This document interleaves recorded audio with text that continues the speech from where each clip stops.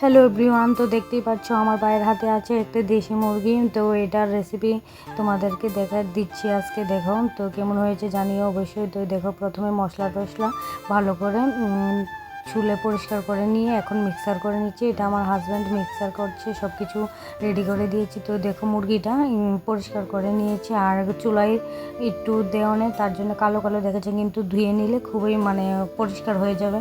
তো এখানে দেখো আমার মা আলু ভেজে নিচ্ছে, আলুগুলি লাল লাল করে ভেজে তুলে নেবেন। তো ভিডিওটা অনেক দিন ধরে দেবো ভাবছি, আর দিতে পারিনি এডিট করার জন্য।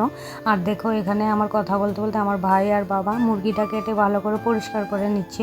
তো এখানে দেখো আমার হাজব্যান্ড রান্না করবে আর কি মুরগিটা। তার শাশুড়ি বলছে তুমি আজকে রান্না করো। আর মাঝে মধ্যে আমার হাজব্যান্ড শ্বশুরবাড়ি জেলে প্রায় রান্না করে, তো আমরা সবাই মজা করে খাই, খুবই ভালো লাগে। ও মাংসটা খুবই ভালো রান্না করতে পারে, তার জন্যে। তো দেখো সব কিছু মশলা দিয়ে ভালো করে মেখে নিচ্ছে। তো বাটিতে এখন ঢেলে দিচ্ছে, মিক্সচার করা মশলাটা ঢেলে দিয়ে দিচ্ছে সরষের তেল দিয়ে ভালো করে মেখে নিবে। মাখাটা যত ভালো হয় মাংস খেতে ততটাই ভালো লাগে। তো দেখতে থাকো তোমরা পুরো ভিডিওটা। তো এখানে দিয়ে দিচ্ছে ফোড়নে, দিয়ে দিচ্ছে কিছু পরিমাণ পেঁয়াজ কুচি, আর দিয়ে দিচ্ছে দুটো তেজপাতা, দিয়ে ভালো করে পেঁয়াজটি লাল লাল হয়ে গেলে এর মধ্যে দিয়ে দিচ্ছে মেরিনেট করা মাংসটা দিয়ে দিচ্ছে। দেখো কিছুটা দিয়ে নাড়াচাড়া করে যাতে না লেগে যায়, তার জন্য নাড়াচাড়া করে পুরো মাংসটা ঢেলে দিয়ে তো ভালো করে নাড়াচাড়া করে দিয়ে দিবে ঢাকনা। তো তোমরা ভিডিওটা দেখতে থাকো, কেমন হয়েছে অবশ্যই কমেন্টে জানিও। এটা আমার বাপের বাড়ি গিয়েছিলাম, বলেছিলি বাইকে একটা দেশি মুরগি আনতে। তো হ্যাঁ, বোন বলেছে বলে কথা, তো আনতে তো হবেই অবশ্যই। তো মুরগিটার ওজন ছিল 2 কেজির মতনই ছিল।